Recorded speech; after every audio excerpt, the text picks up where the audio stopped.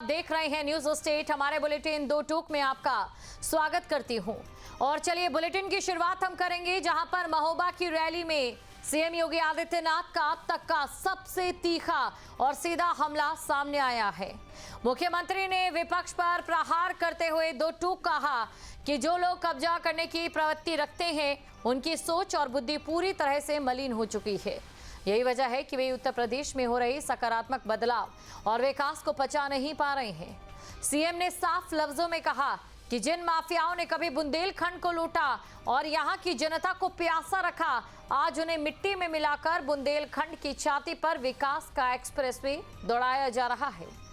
एक तरफ सरकार का दावा है कि सूबा सुशासन, सुरक्षा और एक्सप्रेसवे की रफ्तार से आगे बढ़ रहा है, तो वहीं दूसरी तरफ विपक्ष का यह आरोप है कि ये अब सिर्फ चुनावी दावों की सियासत है। सवाल है कि क्या विपक्ष की नकारात्मक सोच ही उत्तर प्रदेश के पिछड़ेपन की असली वजह थी, जैसा कि सवाल पूछा गया है।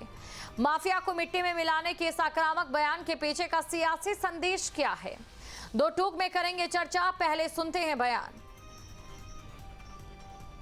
जो लोग कब्जा करते हैं, नकारात्मक बुद्धि के साथ नकारात्मकता पैदा करते हैं, उनकी आत्मा मलिन है, क्योंकि उनकी बुद्धि मलिन है, क्योंकि उनका मन दूषित है, और इसलिए क्योंकि वे बीमार मानसिकता के साथ काम करते हैं, और इसीलिए उन्होंने प्रदेश को डुबोया था।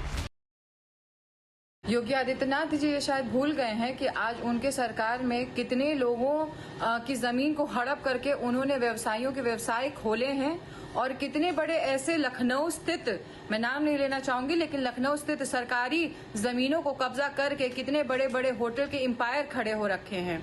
तो वो ये जो स्टेटमेंट दे रहे हैं ये बिल्कुल भी गलत है, और जनता भी ये जानती है कि आज भूमाफियों को कौन प्रेरित कर रहा है और भूमाफिया किसकी छत्र छाया में आगे बढ़ रहे हैं, चाहे वो खनन माफिया हो, चाहे वो आज किस भी स्तर पे गलत काम, जो भी प्रॉपर्टी लैंडिंग हो या प्रॉपर्टी डीलिंग से रिलेटेड जो भी गलत काम उत्तर प्रदेश में आगे बढ़ रहा है, रफ्तार पकड़ रहा है, वो किसके राज्य में हो रहा है। कब्जा करने वालों पर कार्रवाई होगी तो क्या, सवाल सबसे बड़ा ये उठता है कि कानपुर में अभी रिसेंट में जिस तरीके से उनके सांसद के ऊपर, उनके चेयरमैन के ऊपर और उनकी मेयर के बेटे के ऊपर लगातार कब्जे के जो आरोप लग रहे हैं, तो क्या ये कार्रवाई उनके ऊपर भी होगी? और तो और दूर मत जाइए, सिर्फ प्रभु श्री राम के चढ़ावे की ही बात कर लीजिए। जिस तरीके से उस चढ़ावे को जिसने कब्जा किया, जिसने चोरी की है, अभी तक वो लोग जेल की सलाखों के पीछे नहीं है। कब्जा की हुई रकम और जेवरात अभी वसूले नहीं गए, तो क्या उनके ऊपर भी सख्त ऐसी ही कार्रवाई होगी? तो सवाल ये है कि भारतीय जनता पार्टी जब एक उंगली दूसरे पर उठाती है तो उनकी बाकी चार उंगलियां उनके ऊपर होती हैं। आज भारतीय जनता पार्टी अपनी हर परीक्षा में फेल होती नजर आ रही है। और चलिए इसी के साथ वो सवाल जिन पर आज की बहस रहने वाली है। आज की बहस क्यों कर रहे हैं?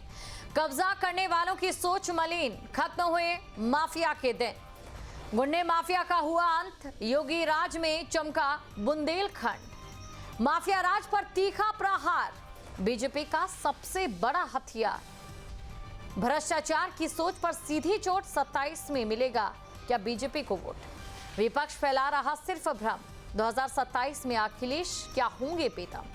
तो ये तमाम वो सवाल हैं जो जनता पूछ रही है, ये वो सवाल हैं जो बीजेपी कह रही है कि जनता इस समय पूछ रही है, और इन्हीं सवालों का जवाब देंगे। हमारे साथ जुड़ चुके हैं रत्नाकर सिंह, बीजेपी से प्रवक्ता है, कपिल श्रीवास्तव समाजवादी पार्टी से प्रवक्ता हमारे साथ जुड़ चुके हैं, कुंवर निषाद कांग्रेस से प्रवक्ता ये भी हमारे साथ जुड़ चुके हैं। सबसे पहले रत्नाकर सिंह जी आपके पास में आना चाहूंगी। देखिए, एक चुनावी क्या ये जुमला बन चुका है या चुनावी बयानबाजी बन चुकी है?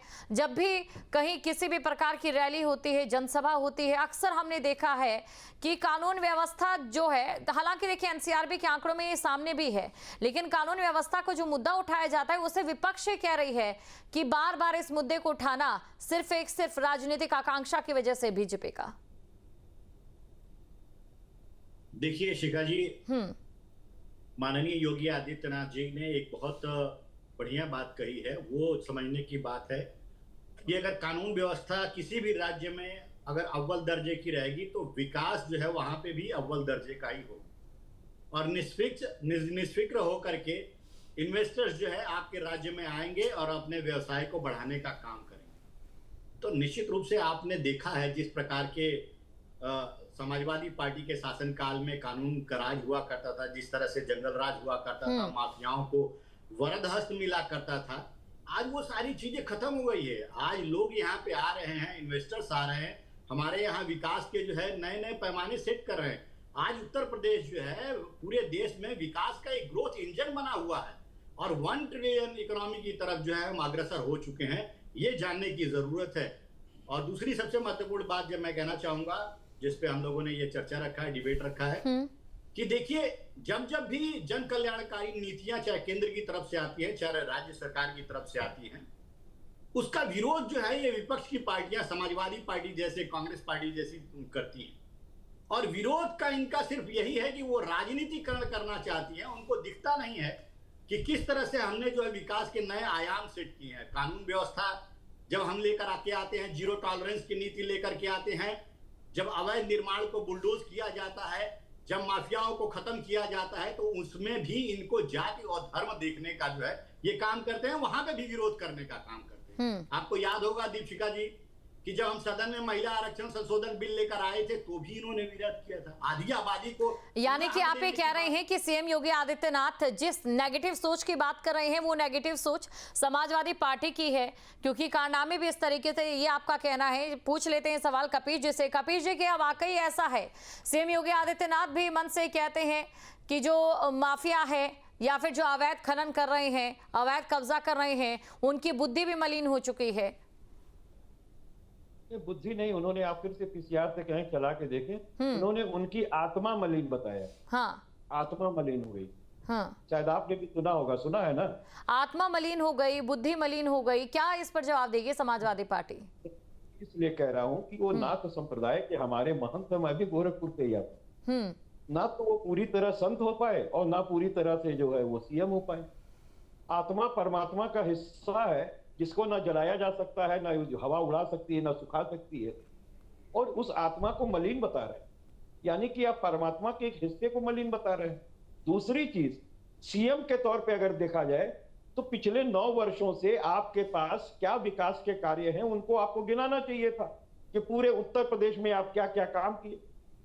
तो आप क्या यही गिनाओगे कि 17,000 आपने एनकाउंटर किए, जिसमें 3 जो है पूर्ण और बाकी जो है 15,000 कम किए, लंगड़ा गन चलाया? तो अगर एनकाउंटर ही इस प्रदेश का है तो मुझे आप बताओ कि ये 17,000 लोग जो हैं वो पुलिस पे फायरिंग कर रहे हैं, तो ये कौन सी कानून व्यवस्था है? तो जंगल राज बता रहे हैं अपना कि ये जंगल राज है। और आपने माफिया कहां मचाए? 2 माफिया को मिटाने के लिए 3 माफियों को जन्म दे दिया। आपने देखा होगा अतीक अहमद का। सरकार अपनी अभिरक्षा में एक जो है वो अभियुक्त को भी सेफ्टी नहीं दे सकती, इतनी कमजोर सरकार है। एक जीवा नाम का अपराधी था जिसका लखनऊ के अंदर कोर्ट के अंदर जो है वो हत्या हुई। कोर्ट नहीं सुरक्षित है, जेल नहीं सुरक्षित है, जहां पे लोगों की चिकित्सा होती है वो चिकित्सालय सुरक्षित नहीं है। तो सबसे बड़ी बात यही है कि ये बतावें कि 9 साल का इनका रिपोर्ट कार्ड क्या है। ये 2 बार घोषणा पत्र लेकर के आए। देखिए कपीश जी, बीजेपी से जो आपने सवाल पूछे वो भी मैं पूछूंगी, लेकिन क्योंकि आपने यहाँ पर उनका जिक्र किया है, जहाँ पर चाहे गोलियां चलने को लेकर मैं बात कहूँ या फिर सुरक्षा को या कानून व्यवस्था को लेकर बात करूं, 2017 से पहले कैसी थी? मैं सिर्फ एनसीआरबी के आंकड़ों में इस समय जाऊंगी। नहीं, आप एनसीआरबी के आंकड़े में जाएंगी तो ये तो आप बताएंगे कि 156-3 जो है 156-3 उसकी गणित इसमें जोड़ी नहीं जा रही। और दूसरा, आप ये नहीं बता पाएंगी कि 2023 तक के एनसीआरबी के आंकड़े क्यों हैं, 2025, 2026 और 2024 के आंकड़े क्यों खा गए। तीसरी चीज आपको यह भी याद करना पड़ेगा कि 2019, 2020, 2021 में कोरोना काल में जब हम आप निकल ही नहीं रहे थे तो अपराध कहां से होगा। लेकिन आज भी मैं आपको इस बात का दावा करता हूं कि 2023 के अंदर जो एनसीआरबी के आंकड़े हैं, महिलाओं के विरुद्ध होने वाले अपराधों में नंबर 1 और दंगा फसाद में सर में नंबर 1 और दंगा फसाद में जब दंगेबाजी दंगा फसाद करने वाले ही दंगे के दम पर अगर कितने दंगे दर्ज हुए 2017 के बाद? मैं तो सिर्फ ये पूछ रहा हूं, जब दंगेबाजों के हाथ में सरकार होगी मैं पूछ तो रहा हूँ आपसे, बताइए ना। बताइए, आप बताइए कितने दंगे दर्ज हुए हैं 2017 के बाद? यही तो बता रहा हूँ, तो आप सुनने के लिए तैयार नहीं। बताइए, सुन तो ले।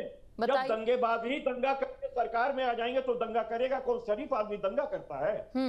जो दंगेबाज थे वही कब, आप बताओ ना। शायद आप दंगे की परिभाषा नहीं जानते हैं। जिन लोगों की मौत होती है, जहां पर आगजनी होती है, जहां पर सांप्रदायिक सौहार्द को खतरे में दिया जाता है, अगर आप उसे दंगा मानने से इनकार कर रहे हैं तो जनता को क्या संदेश देंगे?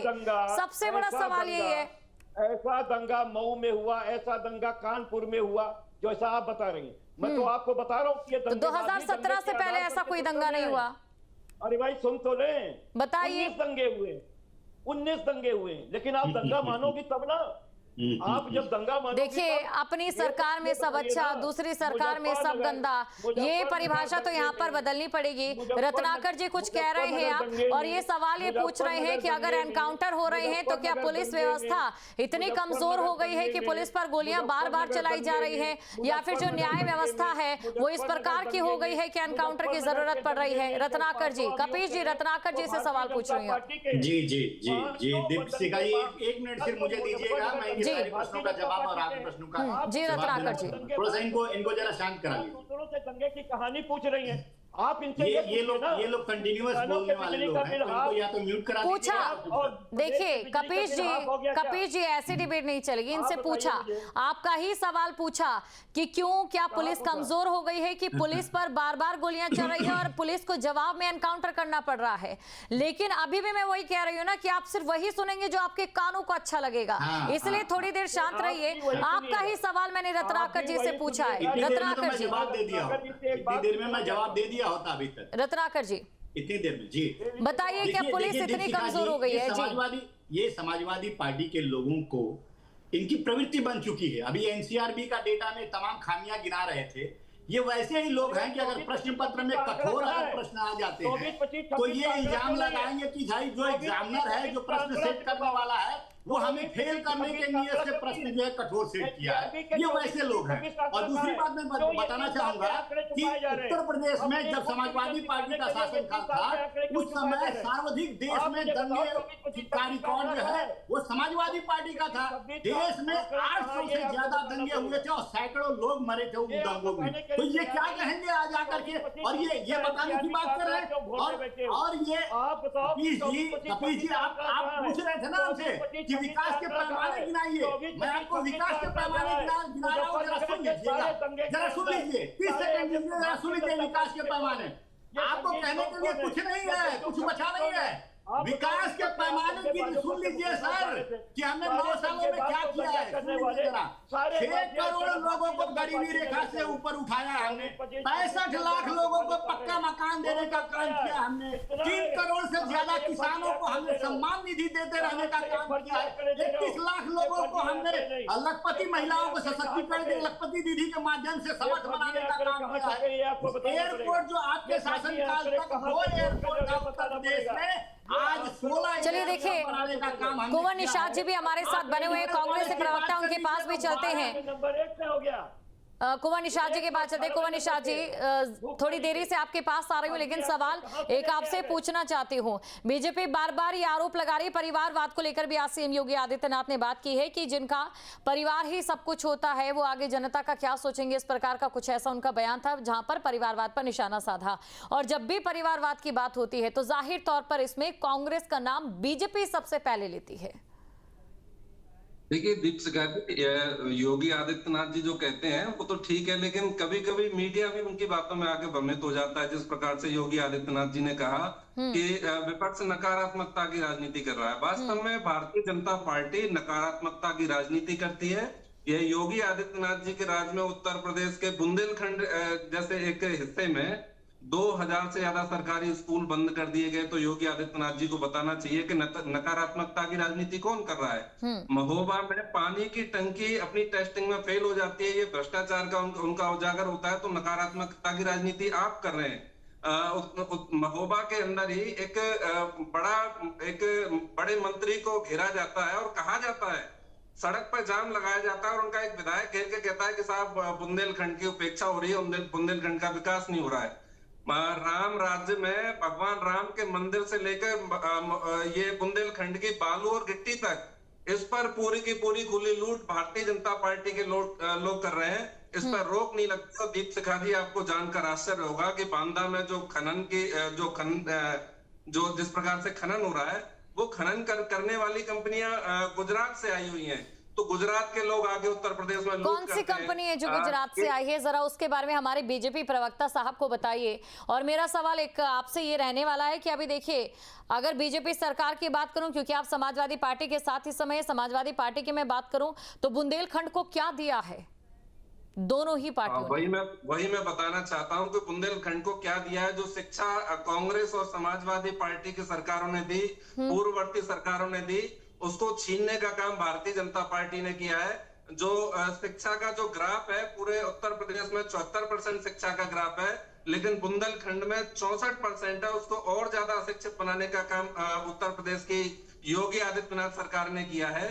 योगी आदित्यनाथ जी जब आए थे तो पलायन उत्तर प्रदेश में बुंदेलखंड में 50% था, जो बढ़कर 70% हो गया। पूरे देश में बुंदेलखंड के लोग जाकर पलायन करते हैं, मजदूरी करने के लिए मजबूर है।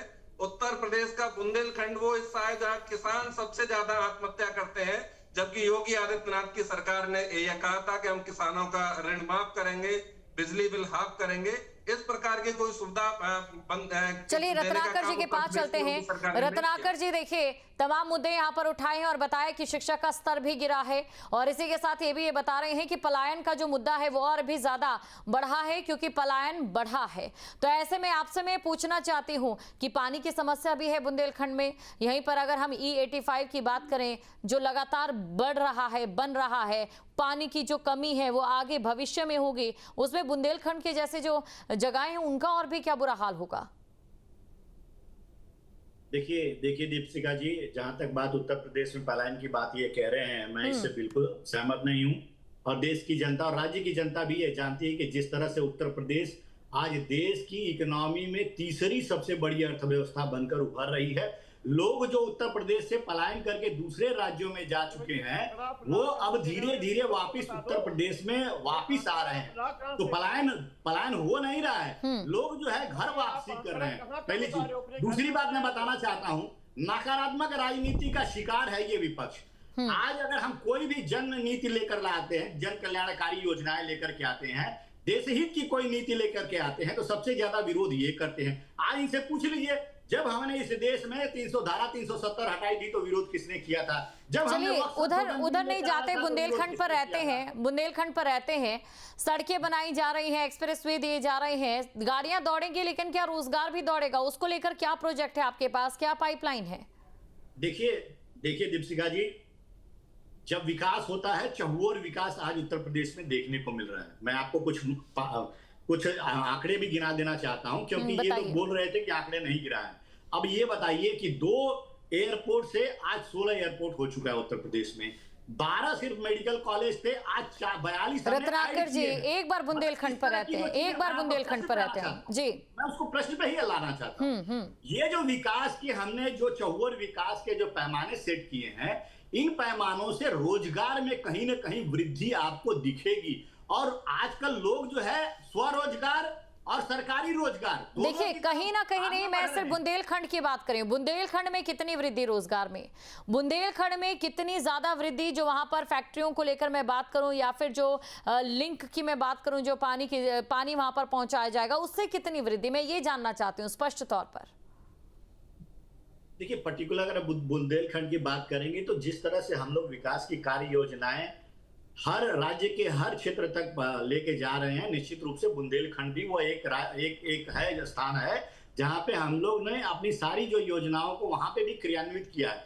आने वाले समय में वो आपको सारी योजनाएं जो है लागू होंगी और वहां पे देखिएगा रोजगार के जो है किस तरह से उन योजनाओं के बारे में मैं समाजवादी पार्टी से पूछ लेती हूँ।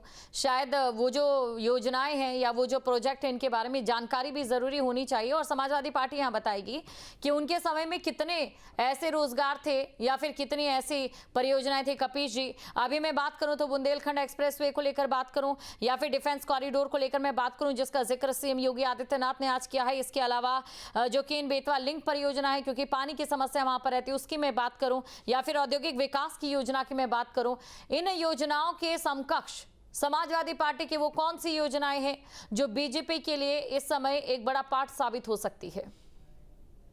देखिए, सबसे पहली चीज तो हम आपको ये कह दें कि ये बता नहीं पा रहे हैं कि हम लोगों ने 1000 से ज्यादा बावड़ियां देने का काम किया था, तालाब देने का काम किया था, और वही एक कारण है जिसके वजह से तो सफाई महोत्सव ही सबसे बड़ा आयाम से किया था। और बुंदेलखंड एक्सप्रेसवे जो रुकिए इन्होंने रत्नाकर बनाया था पहले ही बरसात में डूब गया और धंस गया, वहां भ्रष्टाचार की लूट हुई है। लिंक चुनिंदा सेलेक्टिव उदाहरणों के माध्यम से आप पूरे राज्य के विकास को उससे कंटेनमेंट कर सकते हैं। आपको समझने की जरूरत है। आप लोग सेलेक्टिव एग्जांपल्स दे के लोगों को गुमराह करने का काम करते हैं। आप बताइए ना, आपके समय में कितने विकास किए गए, कितने विकास के आयाम से किए गए, बता दीजिए।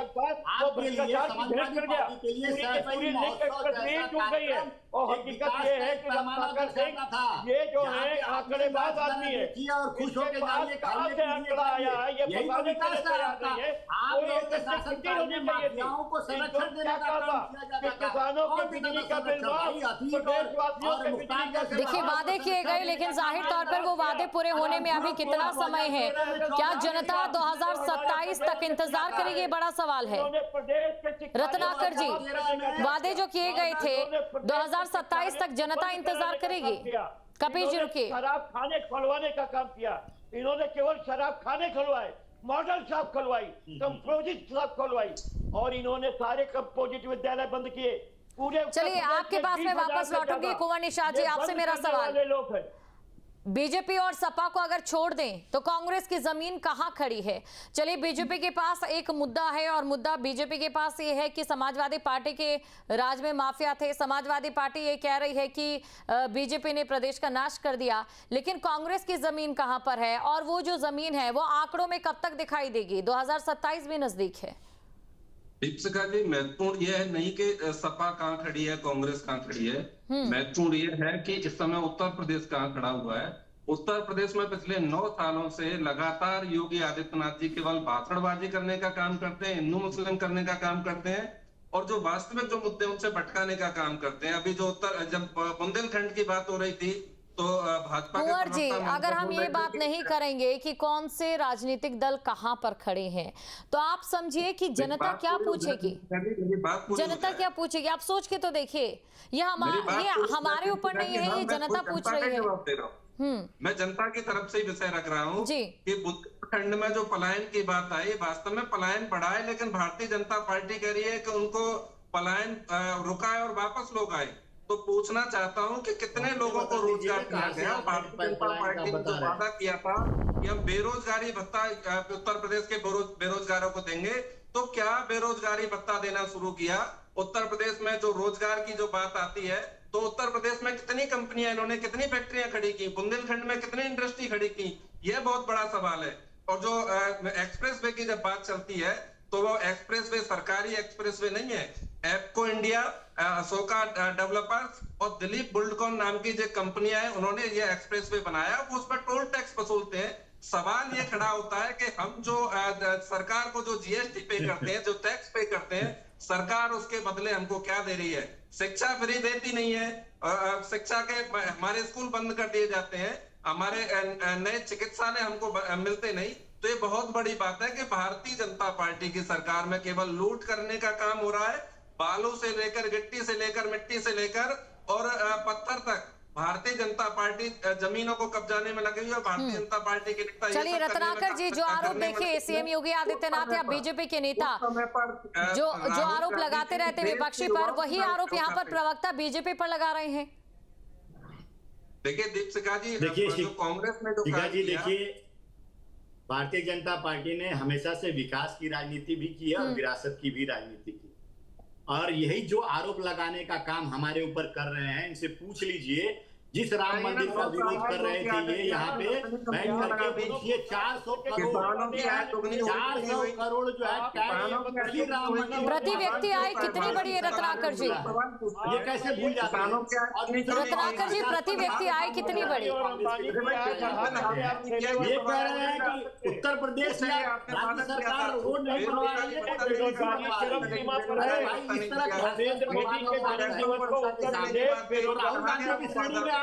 देखिए सब बोल रहे हैं, कुछ समझ नहीं आ रहा है। रत्नाकर जी, आपसे मेरा ये सवाल, रत्नाकर जी रुकिए, परियोजनाओं के बारे में पूछा था मैंने, ये सही बात थी, अब जवाब नहीं दे पाए थे और वो जवाब मैंने दिए थे समाजवादी पार्टी को।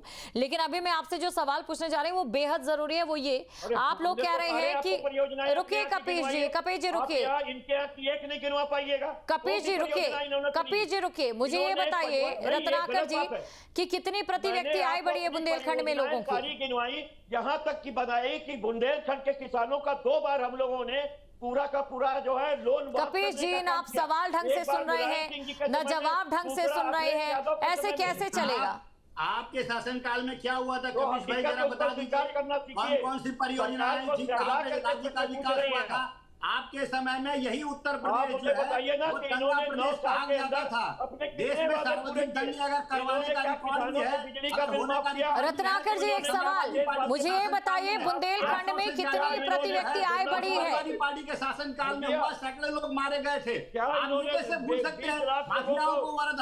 ऐसे बिल्कुल भी, देखिए ये डिबेट बिल्कुल भी नहीं चल सकती है। आप तीनों का शुक्रिया, आप तीनों हमारे साथ जुड़े। बुंदेलखंड के विकास की बात जो की जा रही है, चाहे बात हम इस समय योगी सरकार की ओर से करें या समाजवादी पार्टी की ओर से करें, 2027 में जनता आईना दिखाएगी कि किसने कितना विकास अपने समय में किया था या कौन कितना विकास कर रहा है। 2 टूक में फिलहाल के लिए इतना ही। आपके मोबाइल पर तुरंत आएगी ब्रेकिंग न्यूज, स्क्रीन पर सबसे पहले दिखेगी बड़ी खबर, देश दुनिया की हर खबर एक जगह। अब आपके मोबाइल पर तुरंत फटाफट इंस्टॉल कीजिए न्यूज नेशन ऐप और रखिए खुद को अपडेट।